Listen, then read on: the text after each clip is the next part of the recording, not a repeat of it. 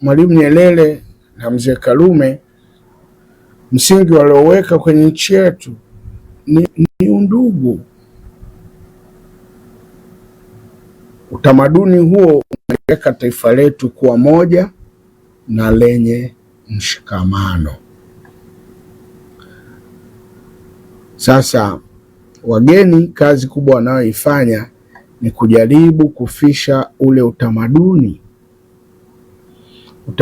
wa kuheshimu wazee. Miaka 30 iliyopita, mzee wa miaka 30 iliyopita aliyekufa alikufa na heshima. Mvi zake zilikuwa utukufu wake.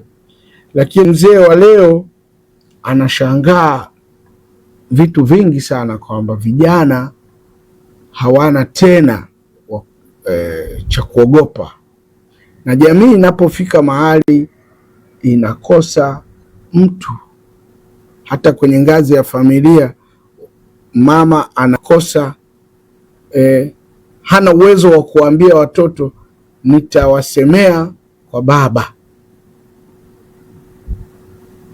Kama baba mwenye nyumba amepoteza utukufu wake, watoto wanasema atatufanya nini?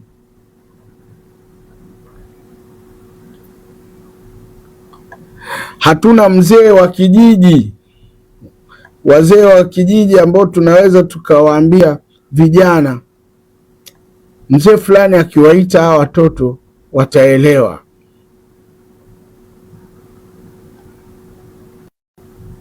Hatuna watu wenye nguvu katika mji ambao Yezebeli pamoja na uovu wake alisema, nitawaita watu wenye nguvu katika mji, wanaoheshimika katika mji.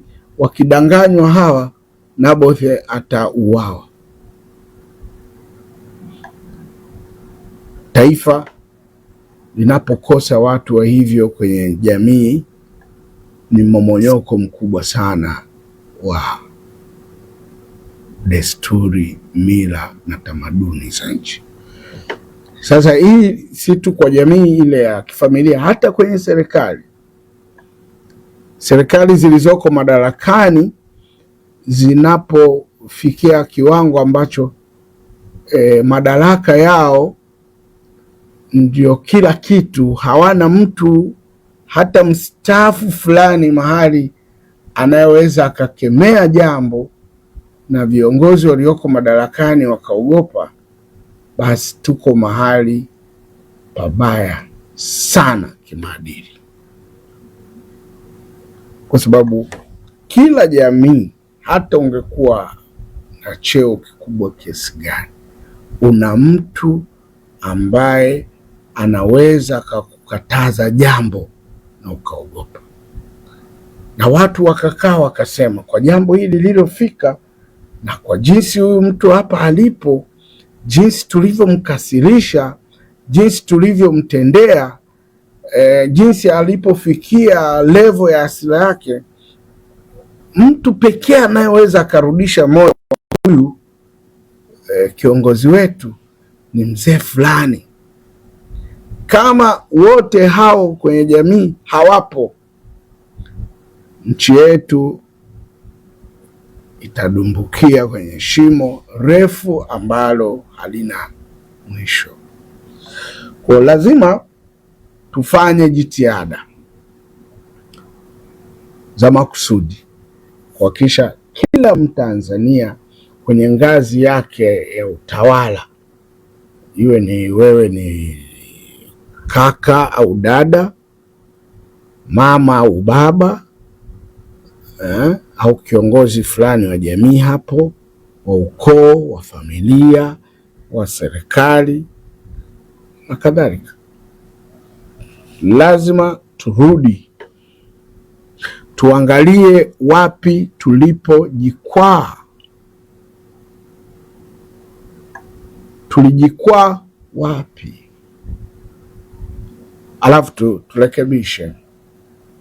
Hatutakwenda mbele, nasema kama nabii, hatutakwenda mbele tukashinda kama wazee watakuwa ni vitu vya kudharaulika katika jamii.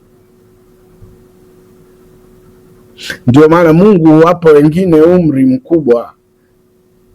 Toka zamani wazee ndio walikuwa wakikaa mahali wanafanya maamuzi. Okay. Ndio sababu Biblia inasema waheshimuni watu ambao wana mvi na sura zao zimekunjamana.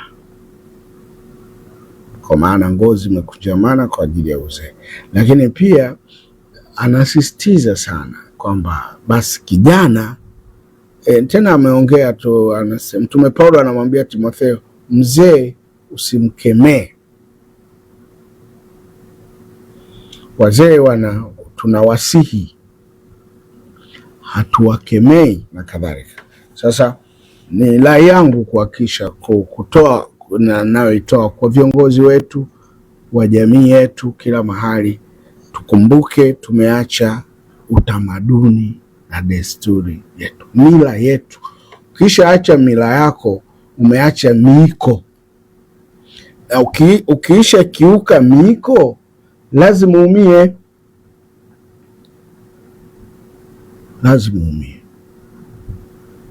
Kwa tuanze sisi wenyewe viongozi kuhakikisha kwamba tuongoze kuirudisha jamii kwenye asili yetu. Kuna mahali tumeacha maadili yamemomonyoka kwa sababu tumeama kidogo kidogo, tumeacha kuwasikiliza wazee. Tunaona wazee hawana maana. Mamlaka na vyeo vyetu tulivyo navyo tunahisi ndio vinaweza kuwa kila kitu. La hasha. Wazee wana roho ya nchi, kwa sababu hao ndio waliokula chumvi nyingi ya nchi. Ni wenyeji kwenye mifumo ya nchi kuliko sisi. Hata kama nchi inabadilika, teknolojia inabadilika, lakini asili ina nguvu. Ndio maana unaona hata nchi za zamani kama China, Korea wamekuwa imara, Urusi, hata Marekani yenyewe hawapuuzi usia ya waasisi wa nchi zao. Wamelinda culture zao. Sasa wanakuja kuharibu tamaduni zetu na mila zetu kwa njia ya mitandao ya kijamii, na vijana tunadhani akili hizi mnemba zinaweza zikatatua changamoto zetu. Hatutafanikiwa. Unapoona nchi inaharibika,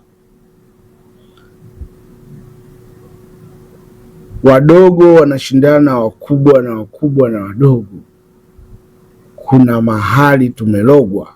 Tunahitaji subira, uangalifu, umakini, na kwa kweli wanaoweza kutuongoza kurudi kwenye msingi ni viongozi mliopewa dhamana.